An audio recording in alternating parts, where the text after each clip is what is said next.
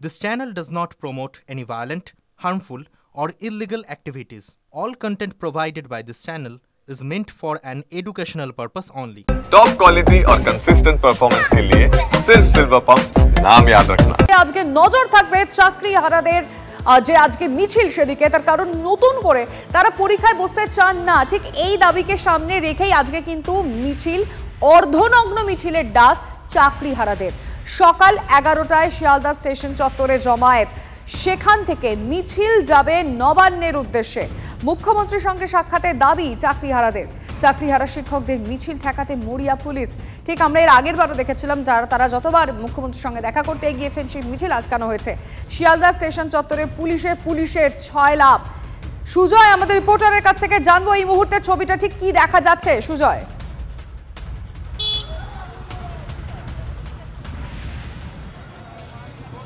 সরাসরি দেখো, আমি পুলিশের ছবিটা দেখাবো শিয়ালদা স্টেশন চত্বরে। আমার সহকর্মী দীপঙ্করকে বলবো দেখানোর জন্য যে এই মুহূর্তে পুলিশের ব্রিফিং চলছে। একজন ডিসি পদমর্যাদার অফিসার পুলিশের যে টিম তাকে ব্রিফ করছেন, এবং এক্ষেত্রে দেখা যাচ্ছে যে প্রচুর সংখ্যক পুলিশ রয়েছে। পুলিশের হাতে রয়েছে লাঠি, ঢাল, কাঁদানে গ্যাস।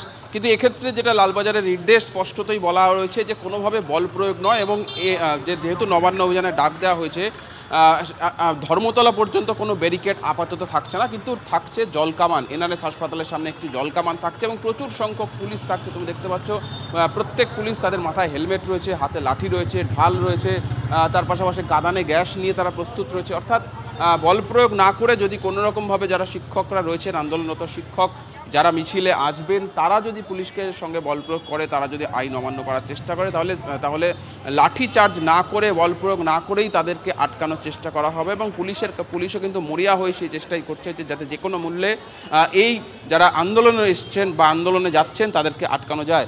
আমার সহকর্মী দীপঙ্কর জানাকে বলবো ডান দিকে ছবিটা দেখানোর জন্য যে এখনও সেই ব্রিফিং চলছে যে কিভাবে পুলিশের ভূমিকাটা আজকে কী হতে চলেছে। তার কারণ যেহেতু প্রচুর সংখ্যক পুলিশ থাকছে, তাই কোনো পুলিশ যাতে বল প্রয়োগ করে কোনো রকম যারা আন্দোলনরত শিক্ষক তাদের উপর লাঠি চার্জ বা সেরকম পরিস্থিতি তৈরি না হয়, সেটাই কিন্তু বারবার বুঝিয়ে দেওয়া হচ্ছে। তার কারণ তোমার মনে থাকবে কসবা ডিআই অফিসের ঘটনা।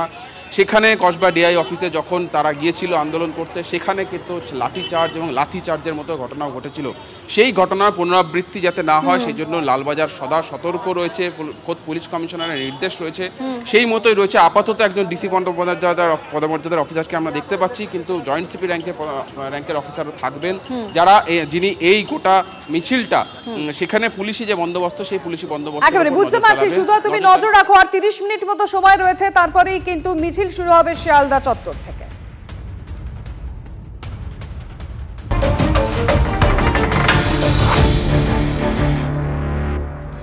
সুপ্রিম কোর্টের নির্দেশ মেনে চাকরিহারাদের পরীক্ষার বিজ্ঞপ্তি জারি করলো এসএসসি। সেপ্টেম্বরের প্রথম সপ্তাহে লিখিত পরীক্ষা, রেজাল্ট বেরোবে অক্টোবরের চতুর্থ সপ্তাহে। নভেম্বরের প্রথম থেকে তৃতীয় সপ্তাহের মধ্যে হবে ইন্টারভিউ। প্যানেল প্রকাশ হবে 24শে নভেম্বর। বিজ্ঞপ্তিতে জানিয়েছে এসএসসি 16ই জুন থেকে অনলাইনে আবেদন করা যাবে, 14ই জুলাই অনলাইনে আবেদনের শেষ দিন। প্রস্তুতির জন্য হাতে সময় 3 মাস মতো থাকছে। 9 বছর পর পরীক্ষা হচ্ছে, বিজ্ঞপ্তি এসএসসির। উনি বলছেন যে সুপ্রিম কোর্টের রায় মানতেই হবে। বিগত দিনেও হাইকোর্ট রায় দিয়েছিল 22 লক্ষ এমআর প্রকাশ করা হয়নি। বিগত দিনেও হাইকোর্টে বারবার বলেছিল সেগ্রিগেটেড লিস্ট জমা দেওয়া হয়নি। সেগ্রিগেশন সম্ভব কিনা, এর বাইরে টেন্টেড আছে কিনা, কোনো উত্তর সঠিকভাবে দেওয়া হয়নি। তাহলে তখন গিয়ে কোর্টের রায় মানছেন না, দিয়ে নিয়ে কোর্টের রায় মানছেন না, চলে যাচ্ছেন সুপ্রিম কোর্টে, হায়ার কোর্টে। আর যখন আপনাদের পক্ষে রায় যাচ্ছে, দেখছেন ভোটের আগে একটা পরীক্ষা নিয়ে নিতে পারলে ভালো হয়, সকলকে নিয়ে নিতে পারলে ভালো হয়, দুর্নীতিটাকে রোখা যাবে, মানে মুখ বন্ধ করে দেওয়া যাবে। সেখানে দাঁড়িয়ে সেটা মানতে বাধ্য হচ্ছেন।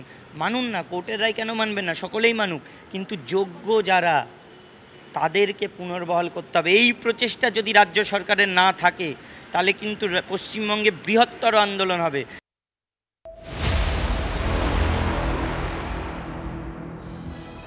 স্কুল সার্ভিস কমিশনের শিক্ষক নিয়োগ পরীক্ষার আগে নতুন বিধি প্রকাশিত হলো বৃহস্পতিবার রাতে। ওই বিজ্ঞপ্তির সামনে এসেছে। নয়া বিধি অনুসারে জোর দেওয়া হয়েছে শিক্ষকতার পূর্ব অভিজ্ঞতা এবং ক্লাস নেওয়ার দক্ষতার উপরে। লিখিত পরীক্ষা নেওয়া হবে 60 নম্বরের, আগে এটি ছিল 55। শিক্ষাগত যোগ্যতার উপরে থাকবে সর্বোচ্চ 10 নম্বর। আগে এটি ছিল 35 নম্বর। ইন্টারভিউয়ের ক্ষেত্রে নম্বর আগেও সর্বোচ্চ 10 ছিল, এখনো তাই রয়েছে। শিক্ষকতার অভিজ্ঞতার উপর দেওয়া হচ্ছে সর্বোচ্চ 10 নম্বর। আর এছাড়া লেকচার ডেমনস্ট্রেশন এর জন্য সর্বোচ্চ 10 নম্বর রাখা হয়েছে। শিক্ষকতার অভিজ্ঞতা এবং লেকচার ডেমনস্ট্রেশন দুটি নতুন সংযোজিত হয়েছে। এই দুটি মিলিয়ে সর্বোচ্চ মোট 20 নম্বর রাখা হয়েছে। আর অন্যদিকে একের পর এক পরীক্ষা নিয়ে মামলা এবং 2016 সালের এসএসসি প্যানেল বাতিলের অভিজ্ঞতা থেকে শিক্ষা নিয়ে ওএমআর সংরক্ষণের মেয়াদ বাড়ানো হলো। ওএমআর হার্ড কপি 2 বছরের জন্য সংরক্ষিত থাকলেও স্ক্যান কপি 10 বছর সংরক্ষণের সিদ্ধান্ত নিয়েছে এসএসসি। গভর্নমেন্ট নোটিফিকেশন বের করেছে, এমএ যে ফাইলটা করেছিল তার পার্সপেক্টিভে বের করেছেন তিনি, যেখানে নাম্বার ডিভিশনটা করেছেন 10 নম্বর ইন্টারভিউ, 10 নম্বর ডেমনস্ট্রেশন, 10 নম্বর এক্সপিরিয়েন্সের উপর দিয়েছেন। তিনি আরও সুন্দরভাবে যাতে তার দুর্নীতিটা করতে পারে সেটারই ব্যবস্থা করেছেন। তিনি এখন অবধি কোনো মডালিটি ঠিক করেননি কোন প্রতিষ্ঠানকে দায়িত্বটা, যে এসএসসি যেখানে আরও চুরি হয়েছিল সেখানে রাজনেতাদের দ্বারা আমলারা পরিচালিত হয়, তাদের ওপর কোনো লিগ্যাল অ্যাকশন হলো না এবং সমাজের চোখে আরে এই যোগ্য টিচারদেরকে যাতে আরও লাঞ্ছিত বঞ্চিত হতে যায় এর জন্য গভর্নমেন্ট আরও ব্যবস্থা করছেন। পরীক্ষা বাদে উনি যদি আমাদের কোনোভাবে ব্যবস্থা করতে পারে সেটা দেখুন, আমরা পরীক্ষাতে নেই। উনি বলেছিলেন যে আমরা তোমাদের চাকরিতে যেতে দেব না, জোর গলায় বলেছিলেন। Plan A, plan B, plan C, plan D, plan E সমস্ত কিছু উনি বলেছিলেন। তারপরেও এখন বলছেন যে এক্সামটা 1 নম্বরে, রিভিউটা 2 নম্বরে। আগে আপনি রিভিউ কিউরেটিভে যান, তারপরে এক্সামে আসুন। কিন্তু উনি করছেন কি রাত্রে 12টার দিকে একটা গেজেট প্রকাশ করছেন, নোটিশ দিয়ে দিচ্ছেন। যখন কোর্ট বন্ধ সেই সময়তেই কিন্তু আপনি করছেন কি ফর্ম ফিল আপের সময় দিচ্ছেন। তাহলে আমাদের প্রতি অন্যায় করা হচ্ছে না?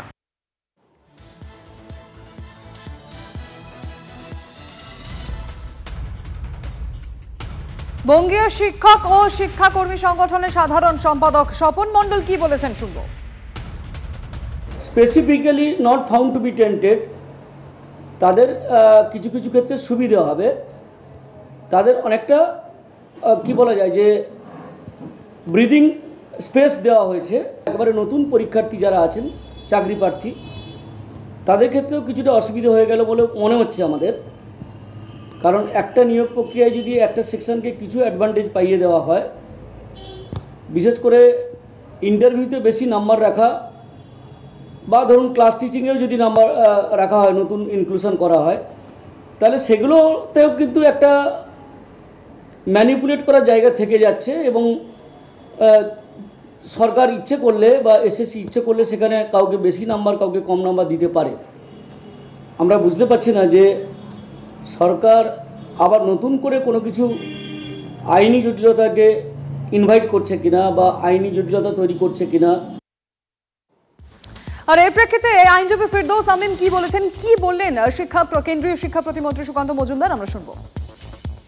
অ্যাডভার্টাইজমেন্ট না হলে রুলস এর উপর ভিত্তি করে রুলস যেটা ফ্রেম করেছে, প্রাথমিকভাবে বলা যায় যে আগের যে রুলস ছিল সেখান থেকে অনেকটা পরিবর্তন করেছে। মূলত বিশেষ করে একাডেমিক যে মার্কস ছিল আগে 35 ছিল, সেখান থেকে কমিয়ে 10 করা হয়েছে। ফলে একাডেমিক যে ওয়েটেজ সেটা কমানো হয়েছে, আরো যাতে প্রশস্ত হয় তার বন্দোবস্ত করেছেন। আগে একাডেমিক পারফরমেন্সে 35 ছিল, সেটাকে কমিয়ে 10 করার অর্থ হলো যারা পোর একাডেমিক পারফরমেন্স তাদেরকে নেওয়ার রাস্তা তৈরি করা। রাজ্য সরকার বারবার জটিলতা ইচ্ছে করে তৈরি করছে, কারণ এই রাজ্য সরকার চাকরি দিতে চায় না। রাজ্য সরকারের ভাড়ার সম্পূর্ণভাবে শূন্য।